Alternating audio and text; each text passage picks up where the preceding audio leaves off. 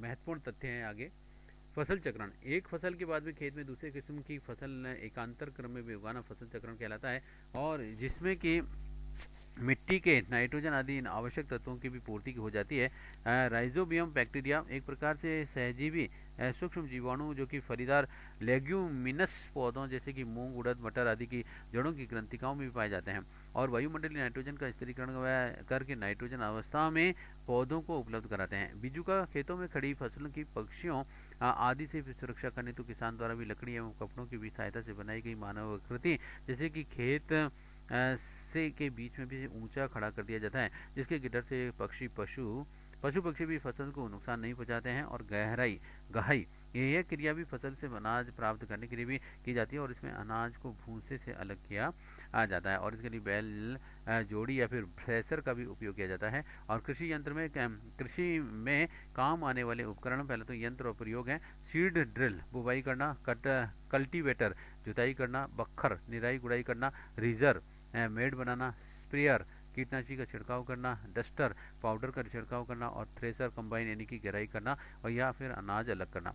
मुख्य रासायनिक उर्वरक में पहले तो यूरिया नाइट्रोजन युक्त उर्वरक, पोटेशियम सल्फेट पोटेशियम युक्त उर्वरक, तीसरा है सुपर फास्फेट डीपीए फास्फोरस युक्त उर्वरक, और कृषि और प्रौद्योगिकी, कृषि में उन्नत तरीकों से प्रयोग को कृषि प्रौद्योगिकी कहते हैं। फिर चारा फसलें जैसे कि वर्षिम, जई, रजका अथवा सूडान घास का उत्पादन पशुधन के चार रूप में किया जाता है। प्रकाश संश्लेषण में पौधों द्वारा सूर्य के प्रकाश में जल व कार्बन डाइऑक्साइड CO2 के से भोजन बनाने की क्रिया, इसमें पौधे ऑक्सीजन गैस O2 उत्पाद के रूप में भी बाहर छोड़ते हैं, और पौधे श्वसन क्रिया में ऑक्सीजन गैस ग्रहण करते हैं तथा कार्बन डाइऑक्साइड बाहर निकालते हैं। संकरण, फसल की किस्मों के ऐच्छिक गुणों को संकरण द्वारा डाला जा सकता है। संकरण विधि में विभिन्न आनुवंशिक गुणों वाले पौधों में संकरण कराते हैं। पोषक तत्व उनके स्रोत और पोषक हैं। हवा, इसमें कार्बन और ऑक्सीजन, पानी में हाइड्रोजन और ऑक्सीजन, और मृदा के अंदर वृहद पोषक nitrogen, phosphorus, potassium, calcium, magnesium और सल्फर, और दूसरा सूक्ष्म पोषक iron, manganese, boron, zinc, copper, molybdenum और क्लोरीन। फिर पौधों को पोषक पदार्थ हवा, पानी और मिट्टी से प्राप्त होते हैं, और पौधों के लिए भी 16 पोषक पदार्थ भी आवश्यक है। मिट्टी से प्राप्त 13 पोषक पदार्थों में से 6 की अधिक मात्रा में आवश्यकता होती है, अतः इन्हें वृहद पोषक कहते हैं। शेष 7 पोषकों की आवश्यकता कम मात्रा में भी होती है, अतः इन्हें सूक्ष्म पोषक कहते हैं। हरी खाद, फसल उगाने से पहले भी खेतों में कुछ पौधे जैसे कि पटसन, मूंग अथवा ग्वार आदि उगा देते हैं, और तत्पश्चात ही उन पर भी हल चलाकर के खेती की मिट्टी में मिला दिया जाता है, और ये पौधे हरी खाद के परिवर्तन हो जाते हैं, और जो कि मिट्टी को नाइट्रोजन तथा फास्फोरस से परिपूर्ण करते हैं, में सहायक भी होते हैं। फिर है कंपोस्ट, कृषि अपशिष्ट पदार्थों जैसे कि पशुधन का मलमूत्र, गोबर आदि, सब्जी के छिलके एवं कचरा, सीवेज, कच्चे फेंके हुए खरपतवार आदि को गड्ढों में विघलित किया जाकर के कंपोस्ट खाद तैयार की जाती है, और कंपोस्ट में कार्बनिक पदार्थ तथा पोषक बहुत ही अधिक मात्रा में होते हैं। और अंतर्राष्ट्रीय फसलीकरण, इसमें 2 अथवा 2 से अधिक ही फसलों को एक ही खेत में निर्दिष्ट पैटर्न पर तथा उसके एकांतर में स्थित दूसरी पंक्ति में दूसरी प्रकार की फसल उगाई जाती है, और जैसे कि सोयाबीन, मक्का अथवा बाजरा और प्लस लोबिया आदि। और ऑर्गेनिक या फिर कार्बनिक खेती, जैविक खेतों में को ही ऑर्गेनिक खेती कहा जाता है, और इसके अंतर्गत गोबर खाद व हरी खाद का भी प्रयोग व फसल को कीटाणुओं व बीमारियों से बचाने हेतु भी प्राकृतिक विधियों का भी प्रयोग होता है, किया जाता है। और संविदा खेती में, इसमें साधारण भाषा में संविदा खेती के तात्पर्य ठेके पर खेती करवाने से, और इसके तहत ही किस उपज की कृषि करनी है यह निश्चय करने के लिए भी अधिकार कंपनी का होता है, और किसान का नहीं। और फसल की कीमत फसल का होने से पूर्व निर्धारित कर ली जाती है, और जैसे कि मूल्यों में कमी के संकट से किसानों को मुक्ति मिल जाती है, परंतु मूल्य बढ़ने या फिर फायदा उसे नहीं मिल पाता है। गोचनी बेजड़, गेहूं, जौ व चने का मिश्रण। फिर बेर के पेड़ पर लाख के कीड़े पाले जाते हैं, और ये सब गोल की भूसी और इसके बीजों से प्राप्त की जाती है, और फिर है परंतु मूल्य बढ़ने का भी फायदा उसे नहीं मिल पाता है। गोचनी बेजड़ में गेहूं, जौ व चने का मिश्रण है। फिर बेर के पेड़ पर लाख के कीड़े पाले जाते हैं। फिर इसब गोल की भूसी और इसके बीजों से प्राप्त की जाती है।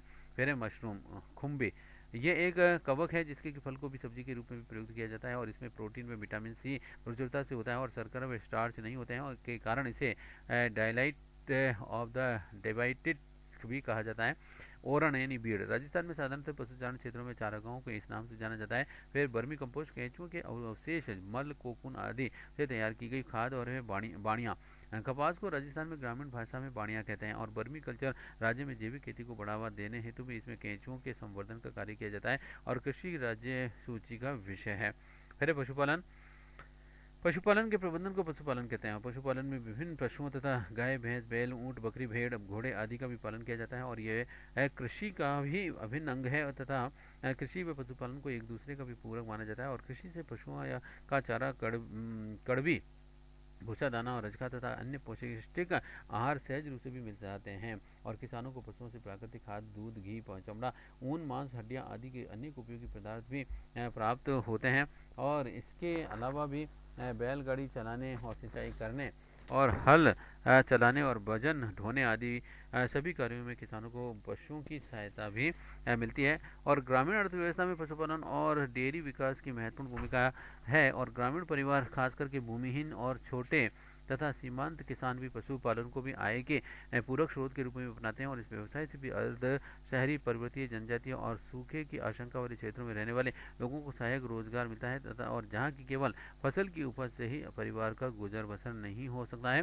फिर एक पशुपालन क्षेत्र दूध अंडे मांस आदि के जरिए न केवल भी अनिवार्य प्रोटीन और पौष्टिक भोजन मानव को भी उपलब्ध कराता है बल्कि गैर खाद्य कृषि से उत्पादों के उपयोग में भी महत्वपूर्ण भूमिका निभाता है। भारत में गायों की कई नस्लें पाई जाती हैं जिनमें साहिवाल ग्वाली कांकरेज गिर अंगोरा लाल सिंधी आदि प्रमुख हैं और संकर नस्लों में भी जर्सी व हॉलस्टीन गायें प्रमुख हैं और अच्छी नस्ल की गायें औसतन 20 से 30 लीटर दूध प्रतिदिन देती हैं और बैल मुख्य रूप से भी कृषि कार्यों में भी काम आते हैं। भैंस का प्रयोग बैल के समान वजन उठाने व कृषि कार्यों में भी किया जाता है और भैंस गायों से भी अधिक ही दूध देती है और इसके चमड़े से भी अनेक वस्तुएं बनती हैं और भारत में भैंस की विभिन्न नस्लें हैं जिनमें कि मुर्रा महसाना सुरती जाफराबादी फद्दावरी रावी तेलंगाना एवं रोहतक आदि हैं और भारत में बकरियों की कई फसलें हैं नस्लें हैं जिनमें कि लंबा गही कश्मीरी बंगाली पश्चिमा कच्छी मालाबारी व सुरती नस्लें श्रेष्ठी मानी जाती हैं और बकरियों में दूध मांस चमड़ा और बाल मिलते हैं और केवल 20% बकरियां ही दूध के लिए पाली जाती हैं और शेष ऐसे मांस व चमड़ा ही उत्पादित किया जाता है। फिर पशुधन से लाभ है कृषि कार्य में सहायता। प्राचीन काल से ही कृषि कार्य में पशुओं का महत्वपूर्ण स्थान रहा है और बैलों द्वारा भी खेतों को जोतने में बीज बोने से लेकर के अनाज ढोकर के गोदाम तक पहुंचाने में पशुओं की सहायता ली जाती है और उपयोगी खाद्य पशुओं के उत्सर्जन पदार्थों का उपयोग प्राकृतिक खाद के रूप में भी किया जाता है। यातायात के साधन के रूप में इसके अंदर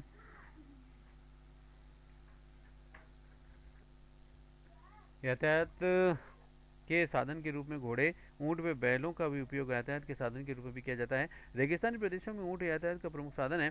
दूध व मांस के मुख्य स्रोत हैं। पशुओं से हमें दूध मांस चमड़ा आदि प्राप्त होते हैं और दूध में दही मक्खन घी व पनीर बनाए जाते हैं और ये शरीर में पौष्टिक तत्वों की पूर्ति करते हैं। बोझा ढोने के लिए भी है घोड़े बैल ऊंट एवं खच्चर बोझा ढोने के काम आते हैं और मुख्य रूप से भी पहाड़ी व दुर्गम स्थानों पर भी माल ढोने में इनका उपयोग किया जाता है और चर्म हड्डी व सींगों का उपयोग पशुओं के मरणोपरांत उनके शरीर में चमड़ा हड्डी व सींग प्राप्त होते हैं और जिनका के उपयोग भी विभिन्न प्रकार की आकर्षक सामग्री बनाने में किया जाता है। और फिर है भेड़ों में से हमें ऊन प्राप्त होती है जिनका उपयोग स्वेटर कंबल व कालीन आदि बनाने में किया जाता है और ये राज्य की आय का प्रमुख स्रोत है। पशुपालन पर आधारित उद्योगों के विकास में राज्य के आय के स्रोत बड़े हैं और जोधपुर व बीकानेर में गलीचे धागा व ऊनी कपड़े आदि बुनने के उद्योग चले हैं और डेयरी उद्योग भी पशुपालन के कारण ही पनप रहा है। पशुपालन को कृषि के पूरक व्यवसाय के रूप में भी अपनाया जाता है। पशुओं में से प्राप्त उत्पाद एवं उनके उपयोग हैं। पशुओं से प्राप्त उत्पादों को दो वर्गों में वर्गीकृत किया गया है, एक तो जीवित अवस्था में प्राप्त उत्पाद और दूसरा मरणोपरांत प्राप्त उत्पाद। जीवित अवस्था में प्राप्त उत्पाद पशुओं से जीवित अवस्था में निम्नलिखित उत्पाद महत्वपूर्ण उत्पाद प्राप्त होते हैं। पहले दूध एवं दूधजन्य उत्पाद गाय भैंस व बकरी से दूध प्राप्त होता है जिसमें दही घी मक्खन पनीर बनाया जाता है जो कि शारीरिक वृद्धि के लिए भी अति आवश्यक है और भेड़ एवं ऊँटनी के दूध का उपयोग भी खान पान व औषधि में भी किया जाता है। खाद है पशुओं की विष्ठा का उपयोग प्राकृतिक खाद के रूप में किया जाता है और इसमें प्रचुर मात्रा में नाइट्रोजन यौगिक होते हैं जो कि पादप वृद्धि के लिए भी अत्यंत आवश्यक घटक हैं। गांव में बकरियों व ऊँटों की रेवड़ी झुंड के खेतों में निर्धारित समय के लिए बैठाया जाता है ताकि उसके उत्सर्जित पदार्थ उत्तम खाद के रूप में भी उपयोग में आ सकें। फिर है ऊन। भेड़ों में ऊँटों से ऊन प्राप्त होती है जो कि कालीन, स्वेटर व कंबल बनाने के लिए काम में आता है और जिसका कि उपयोग सजावट का सामान बनाने के में भी किया जाता है। मरणोपरांत प्राप्त उत्पाद पशुओं की मृत्यु के पश्चात उनके शरीर के विभिन्न अंगों का उपयोग विभिन्न प्रकार के सामग्री के निर्माण में किया जाता है, यथा जैसे चमड़ा। पशुओं की मृत्यु के पश्चात उनकी खाल से चमड़ा प्राप्त होता है और चमड़े से अनेक उपयोगी व आकर्षण सामग्रियाँ बनाई जाती हैं जैसे कि अटैची, बैग, पर्स, जूते, बेल्ट व सजावट का सामान इत्यादि। और फिर है सींग। मृत्यु के पश्चात पशुओं के सींगों का उपयोग भी करके अनेक प्रकार की उपयोगी सामग्री जैसे कि बटन है, कंघी है एवं सजावट का सामान बनाने में भी किया जाता है। हड्डी। पशुओं की हड्डियों से खाद बनाई जाती है जो कि पादप वृद्धि के लिए भी उपयोगी है। हाथी दांत। हाथी का भी दांत बहुमूल्य माना जाता है और इसका उपयोग भी जेवर, सजावटी वस्तुएं बनाने एवं नक्काशी के काम में भी किया जाता है। और हाथी दांत की बनी वस्तुएं हमारे देश में ही नहीं परंतु विदेशों में भी बहुत से प्रचलित है। बाल। सुअर के बालों का उपयोग विभिन्न प्रकार के ब्रुश बनाने में किया जाता है और ऊँट के बाल से जो है रस्सी, कंबल व दरियाँ भी बनाई जाती हैं। और पशुओं का उपयोग न केवल कृषि के लिए वरन गृह उद्योग आदि के लिए भी किया जाता है। इन पशुओं को पालतू बना करके हम अपने स्तर पर आय प्राप्त कर सकते हैं जैसे कि डेयरी उद्योग, कुक्कुट पालन और आदि। और इस प्रकार से पशुधन हमारे स्वावलंबन एवं स्वरोजगार के मुख्य आधार बन सकते हैं। पशु स्वास्थ्य एवं आवास में पशुपालन के द्वारा भी पशुओं के स्वास्थ्य का विशेष ध्यान रखा जाता है और ताकि हमें उचित मात्रा में पशु उत्पाद प्राप्त हो सके तथा उन्हें कृषि कार्यों में भी संलग्न किया जा सके, अतः निम्न बातों का ध्यान रखा जाना चाहिए। सफाई। पशुओं के उत्तम स्वास्थ्य हेतु भी गाय तथा भैंस के शरीर की उचित सफाई की आवश्यकता होती है। पशुओं के शरीर पर भी झड़े हुए बाल तथा धूल को हटाने के लिए भी नियमित रूप से पशुओं की सफाई करनी चाहिए। और गाय भैंस के लिए भी आवास व्यवस्था, पशुओं के लिए भी अच्छे आवास की व्यवस्था की आवश्यकता है।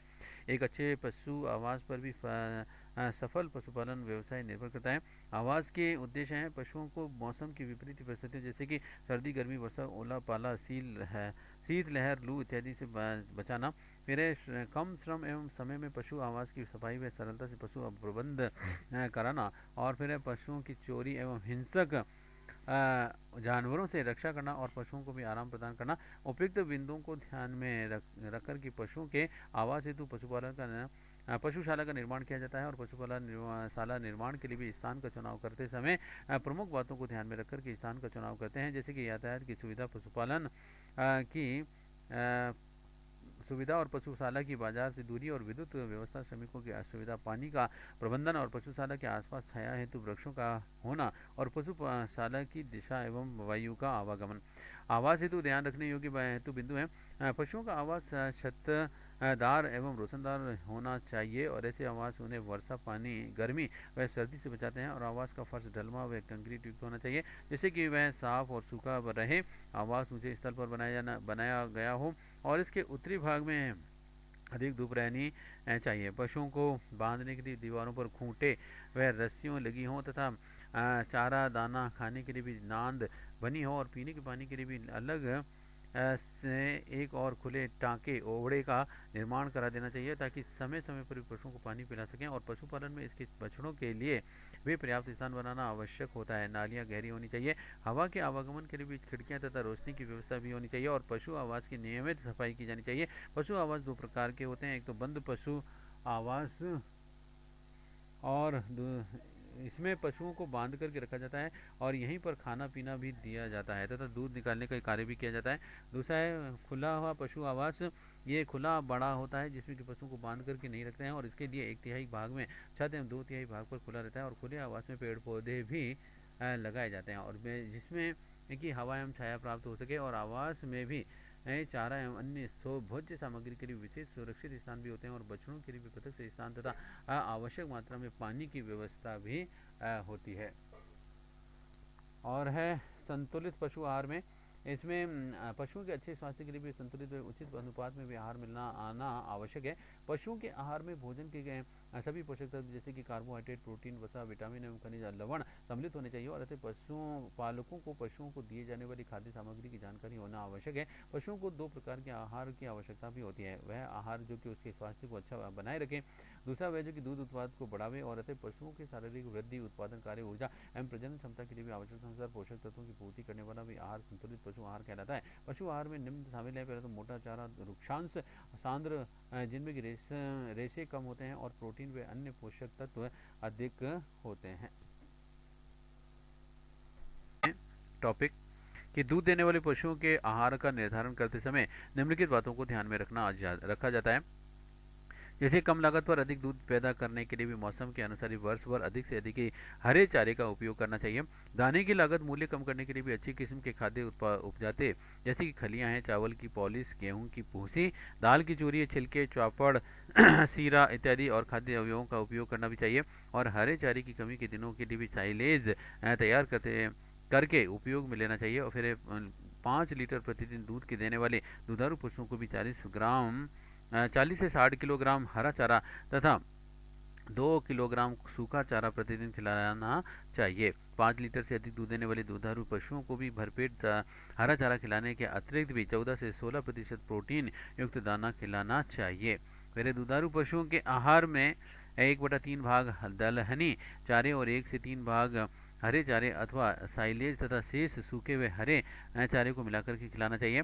पशुओं को उनकी उम्र के अनुसार ही पोषक पदार्थों की आवश्यकता होती है और सामान्य स्तर की गाय 5 से 5.5 किलोग्राम शुष्क वह खाद्य पदार्थ खाती है और बछड़े को भी अधिक पौष्टिक पदार्थ की आवश्यकता होती है। और दूध देने वाली गायें एवं भैंसें अपने शरीर के भार का 3 से 4% शुष्क आहार चारे व दाने के रूप में भी खाती हैं और दाने में ग्वार, कपास आदि को हो तो उत्तम रहता है। और बैलों की भेड़ को भरपेट सूखा चारा एवं कुछ मात्रा में हरा चारा भी दिया जाना चाहिए और इसके साथ ही थोड़ा बाटा भी खिलाना चाहिए। आजकल बाजरा में पशु आहार भी मिलता है और इसकी निर्धारित मात्रा पशु को देनी चाहिए। भेड़ पालन, भेड़ एक महत्वपूर्ण पशु है और जिसका कि ग्रामीण अर्थव्यवस्था में बहुत ही बड़ा योगदान है और विशेष तौर पर भी शुष्क तथा पहाड़ी क्षेत्रों में जहाँ की फसलें उगाना या फिर गाय भैंस पालन अधिक उत्पादन नहीं होते हैं।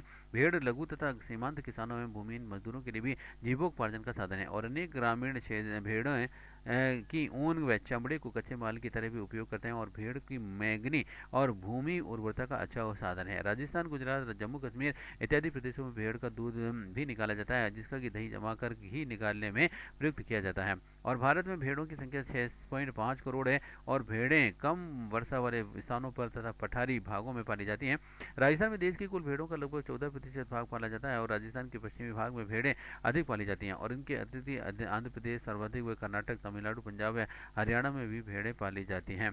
भेड़ों की आहार व्यवस्था, प्रकृति के अनुसार ही भेड़ें छोटी झाड़ियाँ, जंगल में उगने वाली प्राकृतिक घासों व खेत काटने के पश्चात ही बचे हुए फसल अवशेष, डंठल पत्तियाँ आदि को बिचर करके अपना जीवन निर्वाह कर लेती हैं। प्राय भेड़ों को गर्मियों में 12 घंटे तथा सर्दियों में 5 घंटे चराई के लिए भी भेजा जाता है और यदि पर्याप्त चराई उपलब्ध हो तो भेड़ों को दाने की आवश्यकता नहीं पड़ती है परंतु संकर नस्ल के मेमनों व भेड़ों के आहार में विशेष ध्यान देना चाहिए और यहाँ तक कि संभव हो भेड़ों को रिजका, सीम, ग्वार इत्यादि हरे चारे अथवा उनसे निर्मित सूखा चारा भी खिलाना चाहिए। और चारागाह में घास की कमी के समय भेड़ों को बेर, बबूल, खेजड़ी और चरबेरी इत्यादि की पत्तियां भी खिलाते हैं और इनकी मात्रा अपर्याप्त होने पर भी भेड़ों को भी प्रति भेड़ 100 से 200 ग्राम दाना प्रतिदिन खिलाया जाता है। इन दाने में भी जौ का अनाज, मूंगफली की खली और गेहूं की चापड़, दाल की जूरी,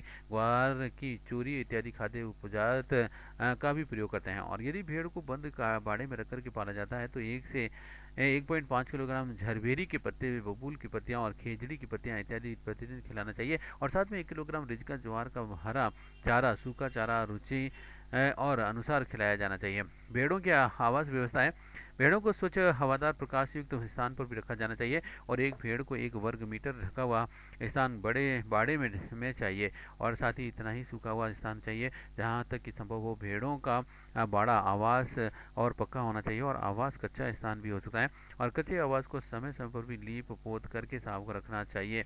अधिक गर्मी के दिनों में भेड़ों को भूमिगत बाड़ों में भी रखा जाता है। भेड़ से ऊन प्राप्त करना। ऊन की कटाई। सामान्यतः भेड़ों की ऊन वर्ष में 2 बार कतरी जाती है, और लेकिन कहीं का पर भी वर्ष में 3 बार कतरते हैं। और प्रथम बार तो ऊन की कतराई मार्च अप्रैल में तथा द्वितीय कतराई का समय मौसम की अनुकूलता के अनुसार निर्धारित किया जाता है। ऊन कतरने से पूर्व भेड़ों की नहलाना चाहिए, और नहलाने से ऊन पर जमी हुई धूल गंदगी धुल करके साफ हो जाती है, और भेड़ों को बहते हुए पानी या तालाब के या पानी के कुंड में नहलाना चाहिए। और जिस दिन भेड़ को नहलाना हो उस दिन पूरे दिन धूप अच्छी होनी चाहिए, और ऊन कतरने का कार्य ऊन सूखने के पश्चात ही करना चाहिए। और ऊन कतरने का स्थान पक्का व स्वच्छ होना चाहिए, और जहाँ तक पर तिरपाल बिछा कर के ऊन काटनी है। ऊन का काटने का स्थान भी 10 × 5 फीट के आकार से कम ना हो, और सामान्यतः ऊन कतरने का कार्य भी हाथ द्वारा कैंची के द्वारा साथ ही किया जाता है। और एक कार्य कुशल व्यक्ति एक दिन में हाथ की कैंची द्वारा भी 20 भेड़ों की ऊन कतर सकता है। और किन विद्युत चालित ऊन कतरने की मशीन द्वारा भी अनुभवी व कुशल व्यक्ति 150 भेड़ों की ऊन एक दिन में कतर सकता है। पहले बकरी पालन। भारत में बकरियां लगभग 13.5 करोड़ यानी 135.17 मिलियन है, और बकरी को गरीब की गाय माना जाता है, और क्योंकि इसे गरीब लोग ही पाल करके अपना जीवन निर्वाह कर सकते हैं। बकरियों को पालने में रखरखाव में ज़्यादा खर्च नहीं आता है। बकरी फूलों, फलों, सब्जियों के बगीचे से प्राप्त घास, खरपतवार, जंगली पौधों के पत्ते, सब्जियों में फलों के छिलके आदि इत्यादि खाती हैं। बकरियों को पालने की 2 विधियां हैं। पहले तो बकरी को बाड़े में रख करके खूंटे से बांध करके पालना, और दूसरा खुले क्षेत्र में झुंड के रूप में भी खुला छोड़ना। बकरियों की आहार व्यवस्था। जो बकरियां बाहर चरने जाती हैं वे भली प्रकार से पेड़ों की पत्तियां खा करके अपना निर्वाह करती हैं। दिन में बाहर 8-9 घंटे चरने जाने के से उनके पालन पोषण व हर खर्च कम आता है, तथा स्वास्थ्य की भी अच्छा बना रहता है। जिन बकरियों को बाहर चरने नहीं भेजा जाता है उन्हें घर पर दिन में 2-3 बार चारा दे देते हैं, और इस चारे में 1 से 1.5 किलोग्राम सूखी घास तथा 2 से 4 किलोग्राम हरा चारा खिलाते हैं, तथा साथ में दिन में 3 से 5 लीटर पानी भी पिलाते हैं। और चारे के साथ साथ ही बकरी को दाने का मिश्रण भी आवश्यक है। 1 वर्ष में कम से उम्र के बच्चों को भी प्रतिदिन 250 ग्राम दाने का मिश्रण देते हैं, और 1 वर्ष से अधिक उम्र की बकरियों को 500 ग्राम दाना प्रतिदिन देना चाहिए। और गर्भित बकरी को ब्याने के 2 माह पूर्व से ही 1 किलोग्राम दाना देना चाहिए। और दाने का मिश्रण भी निम्नानुसार बनाते हैं, जैसे चने का दलिया 50%, गेहूं का चापड़ 50%, और इसके अतिरिक्त भी एक अन्य दाना मिश्रण निम्नानुसार भी बनाते हैं, जो जौ का दलिया 17%, मक्का का दलिया 33%, मूंगफली का खली 33%, और गेहूं का चापड़ 70%। उपयुक्त दाना मिश्रण में 1% नमक व 2% खनिज लवण मिलाते हैं। बकरियों की आवास व्यवस्था में बकरियों को शुद्ध हवा एवं शुष्क वातावरण चाहिए, और ग्रामीण क्षेत्र में बकरियों की कोई भी विशेष आवास व्यवस्था नहीं होती है, और फार्म एवं शहरी क्षेत्रों में उन्हें एक विशेष प्रकार के आवासों में रखना चाहिए। और प्रत्येक बकरी के लिए भी 5 फीट लंबा, 2.5 फीट चौड़ा और 6 फीट ऊंचा स्थान या फिर बाड़ा चाहिए, और इस बाड़े में सुविधा अनुसार 1-2 बकरियां बांधी जा सकती हैं। इस प्रकार से बकरियों की संख्या देखते हुए बाड़े में कई विभाजक बनाए जा सकते हैं, और बकरी के बाड़ों के लिए बच्चों के लिए माँ के पास एक छोटा सा बाड़ा भी बना देना चाहिए। फिर ऊँट पालन में। देश में सर्वाधिक ऊँट राजस्थान में पाए जाते हैं। ऊँट रेगिस्तानी क्षेत्रों में सवारी और बोझा ढोने के लिए सबसे उपयुक्त पशु माना जाता है, इसलिए ऊँट को रेगिस्तान का जहाज भी कहा जाता है। और इसके अलावा बालों से रस्सियाँ, कंबल, दरिया, नवदे आदि भी बनाए जाते हैं। फिर है दूध दोहना। दुग्ध स्तन ग्रंथि का स्राव है, जिसमें कि वसा की न्यूनतम मात्रा 3.25% और वसा रहित ठोस पदार्थों की मात्रा 8.5% होनी चाहिए। भारत में दुग्ध दोहन का कार्य निम्न प्रकार से किया जाता है। फिर तो मशीनों द्वारा, चुटकी द्वारा दूध दोहना, और दूसरा पूर्ण हस्त दोहन, और फिर अंगूठा दबा करके दूध निकालना। महत्वपूर्ण तथ्य है उत्पादन वृद्धि के लिए भी प्रजनन वांछित गुणों वाली नस्लों को भी तैयार करने के लिए पशुओं में सामान्य जनन के स्थान पर भी कृत्रिम जनन कराया जाता है, जैसे कि उनसे प्राप्त होने वाले दूध, मांस एवं अन्य सामग्री अधिक मात्रा में प्राप्त हो सके, तथा कृषि व्यवसाय एवं बोझा ढोने वाले मजबूत पशुओं की नस्लें तैयार की जा सकें। और कृत्रिम जनन की निम्न विधियां हैं। संकर प्रजनन। पशुओं की नस्ल सुधारने हेतु भी एक नस्ल की मादा पशुओं का भी अन्य उत्तम नस्ल के नर पशुओं में प्रजनन कराया आना। और अमेरिकन गाय एब्रीडिन को ब्रह्मा बैल के से क्रॉस करवा करके नई जाति ब्रेगुस तैयार की जाती है। फिर चयनित प्रजनन। पशुओं की नस्ल सुधारने हेतु भी देसी नस्ल की मादा पशुओं की उसी नस्ल के चुने हुए उत्तम नर पशुओं से प्रजनन कराना। कृत्रिम वीर सेचन में वर्तमान समय में ये तकनीक मुख्य रूप से भी अपनाई जा रही है और इसमें वांछित गुणों वाले पशुओं को एक स्थान पर लाकर के क्रॉस करवाया जाना आवश्यक नहीं है। इस विधि में वांछित गुणों वाले नर पशु का वीर एकत्रित करके संग्रहित करके लिया जाता है और इसका उपयोग भी कृत्रिम वीर सेचन में करते हैं और अर्थात मादा की योनि में इस वीर्य को प्रवेश कराया जाता है। इस प्रकार प्रक्रिया द्वारा गाय, भैंस, भेड़, सुअर आदि की नस्लों में सुधार किया जा गया है। चेवड़ी बकरी के मांस को भी इस नाम से भी जाना जाता है और बकरी को गरीब की गाय कहते हैं और आइबो मिक्स काजरी जो कि वैज्ञानिकों द्वारा तैयार रासायनिक मिश्रण जैसे कि पानी में मिलाकर के भेड़ बकरी को पिलाने से उसके दूध में आश्चर्यजनक वृद्धि होती है। तरड़िया रोग भेड़ों में पाया जाने वाला रोग है और इसके बाद है आइबो मिक्स काजरी के वैज्ञानिकों द्वारा तैयार रासायनिक मिश्रण जैसे कि पानी में मिलाकर के भेड़ बकरी को पिलाने से उसके दूध में आश्चर्यजनक वृद्धि होती है। तरड़िया रोग में भेड़ों में पाया जाने वाला रोग है और गोमट फलोदी का ऊँट सवारी के लिए उत्तम है और ऊँट को रेगिस्तान का जहाज भी कहते हैं। पशु गणना भारत में प्रथम पशु गणना 1919 से 1920 में हुई थी और तब से यह पशु गणना हर 5 वर्ष बाद भारत में सभी राज्यों केंद्र शासित प्रदेशों द्वारा ही की जाती है और अब तक ऐसी 19 पशु गणना की जा चुकी है। 19वीं गणना 15 अक्टूबर सन 2012 को संदर्भ तिथि के साथ ही पूरी हुई और पशु गणना कराने की अंतिम जिम्मेदारी राज्य पशुपालन विभागों की है। केंद्र सरकार राज्यों के साथ में कई इस कार्य में समन्वय करती है और तथा पशु गणना के आंकड़ों के संग्रह में एकरूपता सुनिश्चित करने के लिए भी आवश्यक मार्गदर्शन देती है। विश्व में सबसे अधिक मवेशी भारत में है और दुनिया की कुल भैंसों का 57% तथा बैलों का 14% भारत में और 2012 की 19वीं पशु गणना के अनुसार ही देश में करीब 190.90 मिलियन गाय बैल तथा 108.70 मिलियन भैंसें हैं। इस गणना के अनुसार ही देश में कुल 512.05 मिलियन पशु तथा 729.21 मिलियन मुर्गियां हैं और देश का सर्वाधिक पशुधन उत्तर प्रदेश में, राजस्थान में तथा मुर्गियां आंध्र प्रदेश में और देश में 2012 में कुल पशुधन में 2007 के कुल पशुधन 529.7 मिलियन की तुलना में 3.33% की कमी हुई है और जबकि राजस्थान में इस अवधि में कुल पशु संपदा में 1.89% की वृद्धि हुई है। राजस्थान के कुल पशुधन 577.32 लाख तथा मुर्गियां 80.24 लाख हैं। राजस्थान में पशु घनत्व 169, राजस्थान में सर्वाधिक गायें उदयपुर जिले में हैं, भैंसें अलवर में और भेड़ बकरियां, घोड़े एवं ऊंट बाड़मेर में पाए जाते हैं। फिर 19 सितंबर सन 2014 को राजस्थान सरकार द्वारा भी ऊंट को राज्य पशु घोषित किया गया है और ऊंट के वध व तस्करी को रोकने के लिए भी अधिनियम 2014 में बनाया गया है। राजस्थान में देश के सर्वाधिक ऊंट, बकरियां एवं गधे हैं।